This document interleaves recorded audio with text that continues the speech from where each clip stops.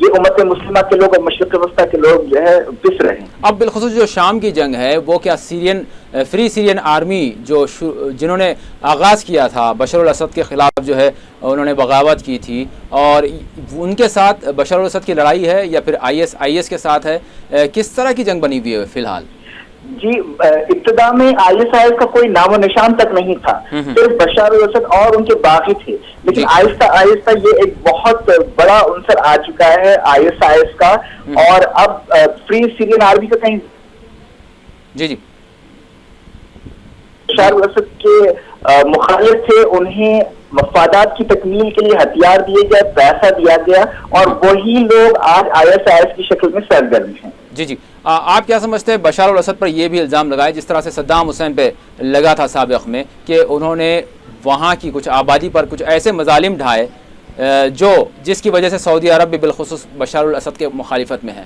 اگر انہوں نے مظالم ڈھائے تھے تو وہاں کا ایک نظام تھا، اور آج نہیں تو کل اس نظام کے تحت بشار الاسد کو یقیناً ضرور سزا مل جاتی، لیکن یہ جو نظام چل پڑا ہے کہ یعنی کسی عالمی مینڈیٹ کے بغیر حملے کرنا، یعنی یہ غلط بات ہے۔ جیسا کہ ابھی آپ نے صدام حسین کا ذکر کیا، صدام حسین کے عراق پر بھی مینڈیٹ کے بغیر امریکہ نے حملہ کیا تھا، اور آج یمن پر بھی جو ہے سعودی عرب کسی مینڈیٹ کے بغیر حملہ کر رہا ہے۔ اور اگر بات جائز حکومت کا جو یہ دیا جاتا ہے یمن کے حوالے سے، جائز حکومت کے تحفظ کے لیے حملے کیے جا رہے ہیں، اس کی بحالی کے لیے، تو یہ میں آپ سے یہ سوال کرنا چاہوں گا کہ مصر میں کیا مرسی کی حکومت جائز حکومت نہیں تھی؟ اسے ہٹانے والوں کی یہ تو جو ہے یہ لوگ سرپرستی کر رہے ہیں، چاہے وہ سعودی عرب ہو یا امریکہ ہو۔ عبدالفتح السیسی کی حکومت کی تو یہ لوگ بہت سرپرستی کرتے ہیں ہر طرح سے۔ جی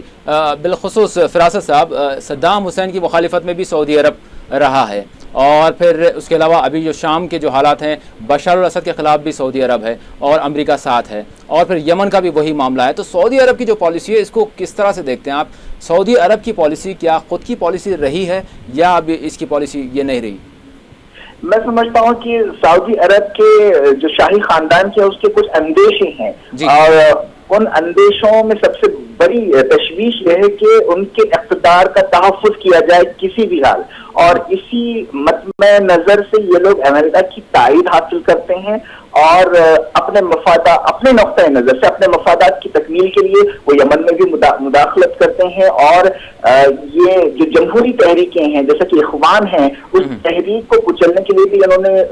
سیسی کا ساتھ دیا ہے۔ بہرحال ہر ایسی تحریک کی یہ لوگ مخالفت کرتے ہیں جو ان کے خیال سے آنے والے دنوں میں ان کے تخت کے لیے خطرے کا باعث بن سکے۔ بھائی یہاں پر سعودی عرب کا بالخصوص اور عرب جو ممالک جو اتحادی ہیں ان کا الزام یہ ہے کہ ایران ایک خصوصی بیلٹ بنانا چاہتا ہے علاقے میں، اور وہ اس کو خطرہ محسوس کرتے ہیں، اور یہ سارے جو معاملات ہیں اس کے پیچھے ایران کو مورد الزام ٹھہراتے ہیں۔ یہ الزام لمبے عرصے سے لگتا رہا ہے، لیکن میں سمجھتا ہوں کہ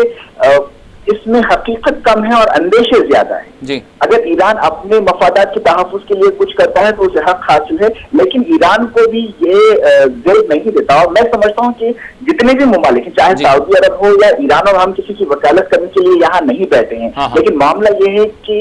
ہم سب لوگ یہاں پر تمام ممالک جو ہے نا ان کے ڈبل سٹینڈرڈز ہیں۔ مثال کے طور پر ایران ضرور جو ہے بشار الاسد کی مدد کرتا ہے، اور بحرین میں سعودی عرب کی مداخلت کی مدد کرتا ہے، لیکن ایران بھی جو ہے الحوثیوں کی مدد کرتا رہا ہے۔ بہرحال ہم سب یہ ممالک جو ہے نا ڈبل سٹینڈرڈز ہیں، دوہرے معیارات اپنائے ہوئے ہیں، اور لیکن اندیشے اتنے سنگین نہیں ہیں جتنا کہ سنگین سمجھا جاتا ہے۔ جی بالخصوص ایران کو اگر خطرہ محسوس کیا جاتا ہے تو پھر اسرائیل بھی ہے، اسرائیل کی مخالفت میں تو سارا عالم اسلام ایک ہوتا ہے اور ایک رائے ہوتی ہے۔ کیا وجہ ہے کہ اسرائیل سے متعلق وہ رد عمل سامنے نہیں آتا جو ہونا چاہیے؟